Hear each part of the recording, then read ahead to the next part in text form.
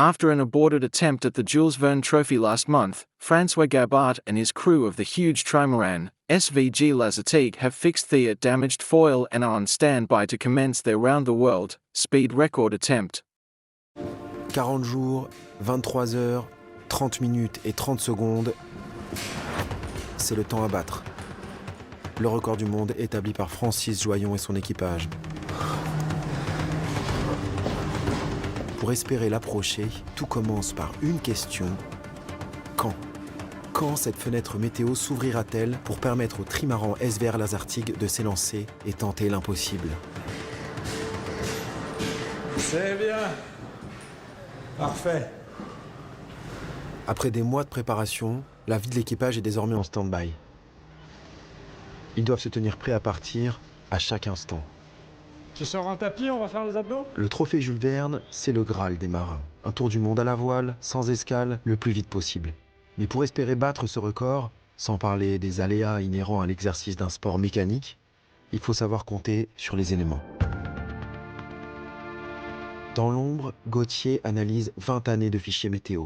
Il décortique les vents, calcule les probabilités, trace les trajectoires idéales. Si la méthode est difficile, le résultat est pourtant clair.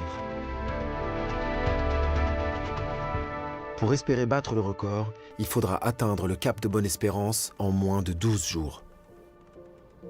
Je veux avoir une bonne fenêtre. En 11 jours, 6 heures à Bonne-Espérance, j'ai 80% de chances de gagner le record, avec les études statistiques qu'on a fait auparavant. Mais l'idée, du coup, c'est de se dire, code rouge, il n'y a pas de départ dans les 5 prochains jours. Code orange, départ possible dans les 72 prochaines heures. Code vert, départ possible dans les 24 prochaines heures. Ça veut dire que tout le monde est mobilisé et prêt à être parti.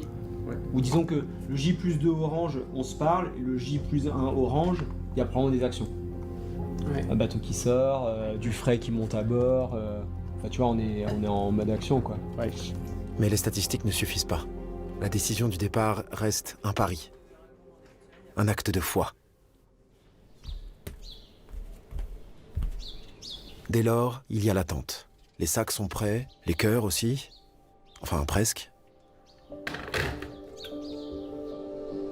Partir, c'est laisser une part de soi derrière. Mais ne pas partir, c'est peut-être pire encore. Entre tension et doute, chacun vit le stand-by à sa manière.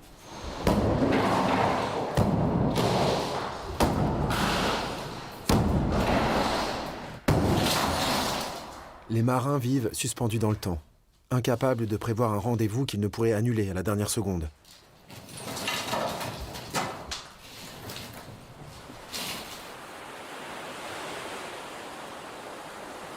Et si le départ était demain ? La semaine prochaine ? Dans 2 mois ? Dans le même temps, Jean-Yves et son équipe veillent. Leur mission ? Déchiffrer les fichiers météo, trouver une faille dans l'invisible. Ils sont en lien permanent avec l'équipage. Il faut garder les choses dans l'ordre, c'est ne pas péter le bateau dans le vent fort, là, donc pas partir trop tôt, et ne pas partir non plus trop tard, de façon à ne pas se faire choper par l'anticyclone et pas y arriver. Mais derrière les modèles et les écrans, il y a l'instinct, celui des marins, qui devront donner le go au moment opportun.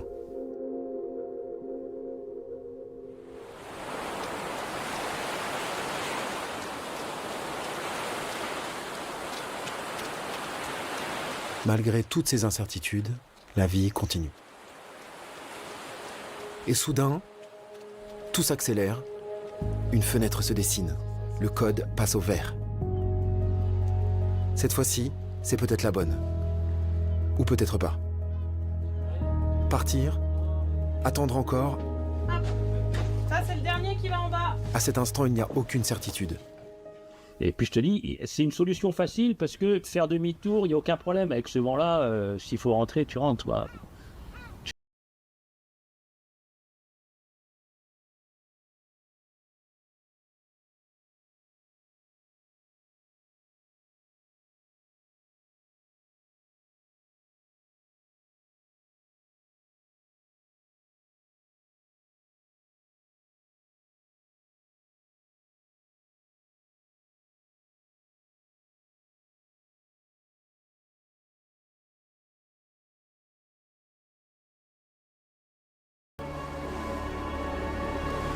Encore plus que d'habitude, les premières heures de navigation se font en lien étroit avec la cellule météo.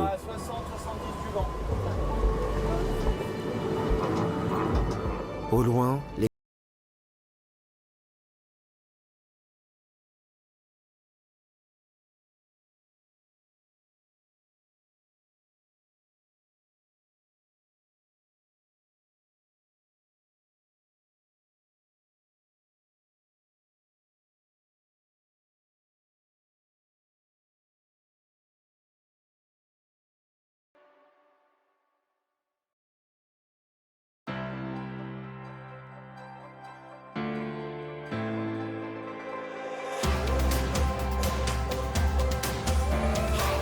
This is your weekly global sailing highlights show, The World on Water, December 20th, 2024. As the 2024-25 Vendee Globe fleet are halfway round the world, back in France the dream carries on. Armel Tripon, this week, saw his new build IMOCA trucked from its build site to where the fit-out will happen. Constructed from excess carbon from Airbus, it is a VPLP design. Now Armel has a fantastic Christmas present to play with. A little over a year ago, Armel Tripon and Les Petits Dodos launched the construction of an IMOCA in reused carbon, recovered from the Airbus Techno Centre. Draped in the moulds of Boris Herman's boat on a plan signed by VPLP, the construction of the monohull was entrusted to Duquesne Atlantique, a first for this company specialised in aeronautics. Last Tuesday, December 17th, a new milestone was reached for the skipper from Nantes. In the early morning, the doors of the shipyard, located in Malville, opened to reveal the unique lines of this boat, built for the Vendee Globe 2028. An early Christmas present for the sailor and the caregivers who transported Les Petits Dodos by road to St. Philibert, where it will be completed in the coming weeks for a launch scheduled for spring 2025. Tu veux que je dise prévienne tout le monde? Ouais, on bosse là. Ouais, tiens, t'as qu'à leur dire. On peut bosser.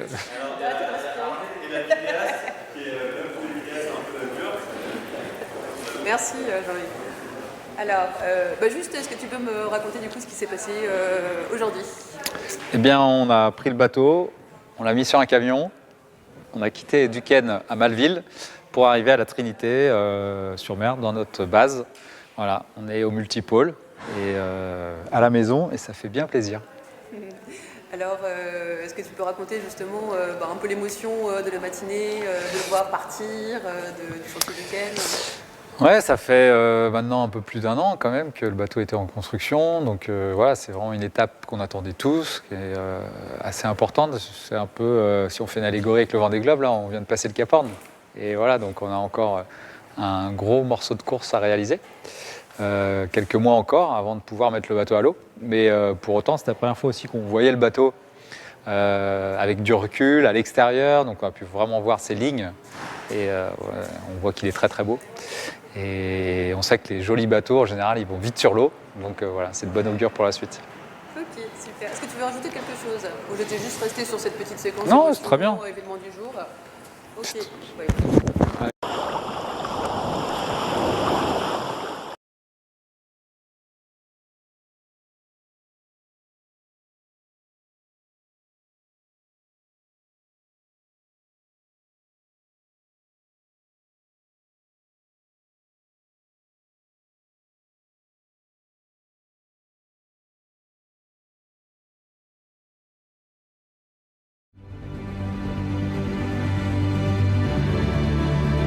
Welcome to the final day of the 2024 World Match Racing Tour final here in Shenzhen Bao'an. The wind looks promising, so we'll continue with the semi-finals. The first two teams to get 3 wins will advance to the finals. By the end of the day, we'll know which team claimed the 2024 World Match Racing title. Let's see. In a chilly 8 to 12 knots of wind in the morning, the semi-final stage of the World Match Racing Tour in Shenzhen Bao'an, China resumes with both matches tied at 1 win apiece. As Williams switched into gear, he scored the crucial 2 points over Aurélien Perrault from France, taking one more step towards becoming an 8-time champion as he moves into the final for the second successive year. for once, you know, everything sort of went the way we predicted it and we were able to draw away. So really happy to be in the final and looking forward to it. France's young star Ian Greta gives his team confidence when he ties the match at 2-2 after Nick Acknock-Johnson won the third match. The French tried everything, but it's the Kiwi team who are delighted to move into the final. I think we just managed to sail our own race, not worried about them too much, and the guys did a great job of linking together all the dots, and I feel like the semis has prepped us pretty well, and we're just looking forward to getting in and racing in. So the reigning match racing world champion Ian Williams from the UK faces off against the 2022 world champion Nick Acknock-Johnson from the New Zealand for the $50,000 first prize in this first to three wins final. First blood goes to Nick in match 1, winning by around 10 boat lengths. But after close battle in match 2, Ian ties the score at 1 win each. Match 3 sees the British team take the right side of the course and force the Kiwis to duck them on the first cross to seize the advantage. Despite Nick's effort, there's no way past the 7-time world champion, and so Ian moves into a 2-1 lead on the scoreboard. But match 4 is a disaster for Williams when his spinnaker halyard detaches and the kite hits the water, ending his race. He is black flagged by the umpires, handing the win to the Kiwi team. It's all on. I think those guys are sailing really well. They're definitely pushing us really hard, and we need to be totally on our game. All eyes are on the pair together in the pre-start, and no quarter is spared. Turning the final windward mark, Ian and Nick collided when Ian didn't allow Nick enough room and is warned off by Nick. But as he turns down, Ian hits the Kiwis and is penalized. Now Ian needs to force a penalty on Nick and so drives the Kiwi team wide, forcing them further and further out. Eventually, Nick goes for the jibe but cannot evade the trap and incurs a penalty, thus cancelling out Ian's, and now Williams jibes away and crosses the line to win. Dramatically, however, on inspecting the damage to the two yachts, the umpire decides the match must be resailed. They go again, and this time the action is in the pre-start with 2 penalties again, cancelling each other out before they had crossed the start line. But a fired-up British team dominate the race and cover every move that Nick and his team make, rounding the cross flawlessly to win again, securing their 8th World Championship title. Yeah, I mean, a great job by the whole Pindar by Manipur Logistics team to stay cool, right? We've got to win another one, let's just go do it. We knew we could do it, and the guys just did a superb job. I felt like that was the best race we sailed in the whole final. You know, getting to sail against Ian, it's always an honour. Like, we've grown up learning to match race, watching them on YouTube. So yeah, to be able to push them to a total of 6 races in the finals of a World Championship, yeah, we're all very happy. A glamorous award ceremony celebrates a 3rd place for Aurélien Pierrot from France, with Nick and his team 2nd. But it's Ian Williams that once again lifts the shining match racing World Championship trophy and wins the $50,000 prize money for 1st place. So, congratulations again to Ian Williams and his team for winning a record-breaking 8th World Match Racing Champion title. And this brings to a conclusion to our 2024 World Match Racing Tour season. We'll see you next year.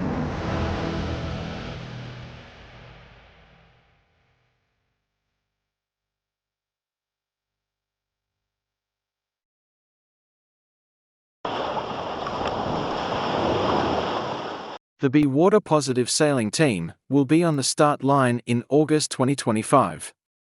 The new team, led by skipper Scott Shawyer, will compete in the fully crewed race, connecting European cities from the Baltic Sea to the Adriatic, in August-September 2025. The Be Water Positive sailing team is a new squad on the IMOCA scene, led by Shawyer, a businessman turned sailor, who is determined to grow offshore sailing in his native Canada. Tell us a little bit about your journey into the world of offshore racing. Well, I've always been an avid sailor. Grew up sailing dinghies in Georgian Bay in Canada. We were in COVID in Ontario, and literally in a lockdown, we couldn't leave the house, and I saw the start of the Vendee Globe and skippers walk down the dock, take their masks off, jump on the boat to race around the world, and I thought, like, there's freedom, and I'm doing something wrong here being strapped to a desk. I then started to look into it a little bit more and found that 2 Canadians had tried the Vendee Globe and hadn't finished. So I'm setting out to prove that a campaign can be viable out of Canada with global sponsors and have a campaign that participates at this level of offshore sailing. The program we have scheduled for the next 4 years is really exciting because we have 2 round-the-world races that we're building up to. One is the crewed event, the Ocean Race, and the other one is the Vendee Globe. We've also started a pathway program to get Canadian youth involved, and we had our first session this last September in Collingwood. It was fantastic and a lot of excitement around that as well. So I think the community in Canada is really embracing it, and we're looking forward to returning the favor and bringing some along with us. As the Be Water Positive sailing team, we have a real sustainability initiative within our campaign. Be Water Positive is a call to action for everyone to be a little more aware of the impact they're having on the water footprint. And it's very important to our partners, and we see ourselves as a real voice for them in a global community to talk about those issues. Yeah, these boats are quite different than the laser dinghy or the A-class catamaran I'm used to sailing. They're huge loads and a lot that can go wrong and a lot that can go catastrophically wrong. So it's been a real development for me over the past couple of years. Been thankful to have a lot of people around me that can teach me this, and I'm continuing to learn. But it's going to be a continued journey in this, and lots of training, lots of racing, and really lots of learning.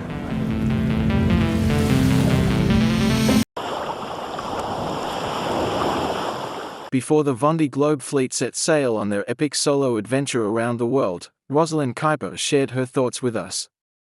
Now, with Nicholas Lundven and the rest of the sailors 1 month into their journey, we look back at her reflections on how she's currently gearing up for the next big challenge, the Ocean Race Europe in 2025. When I see the boat from the dock, I'm proud of this ship, and I realize this is the boat I'm gonna spend a lot of time on next year, and it's a very well-performing boat. The team will make the transition during and after the Vendee Globe to get ready for the Ocean Race Europe in August. Personally, I'm making the transition from a crew member to a skipper, from a woman to a mother. So it's a bit of a mental roller coaster sometimes. But in the meantime, I feel so confident. At the moment, I'm focusing on building a right team and building a right structure with the team to be ready for next year. I really believe in bringing together a diverse team, and with a lot of experience, less experience, different nationalities, genders, and find this good vibe. My aim as a leader and as a skipper is to try to get the best out of everyone. So everyone is the best version of him or herself.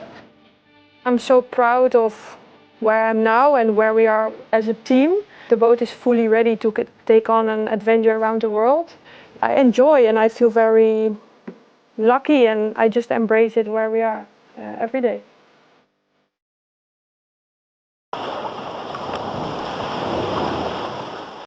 This was the 3rd consecutive year that the world's best riders came to VR Calango to compete in the Sol Wingfoil Racing World Cup Brazil.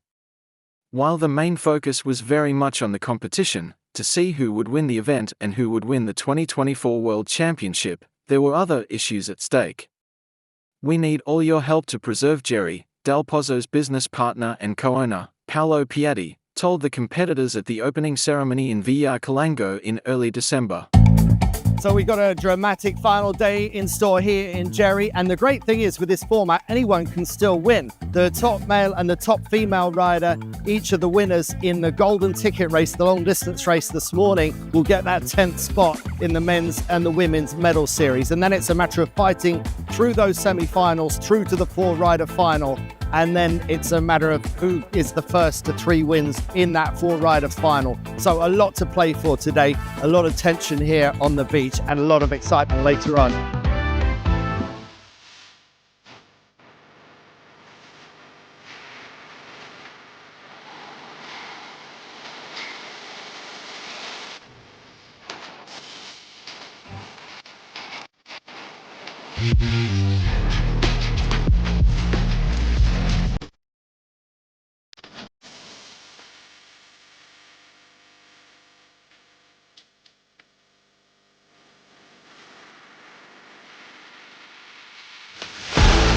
It's been a great final day here in windy Jericoacoara.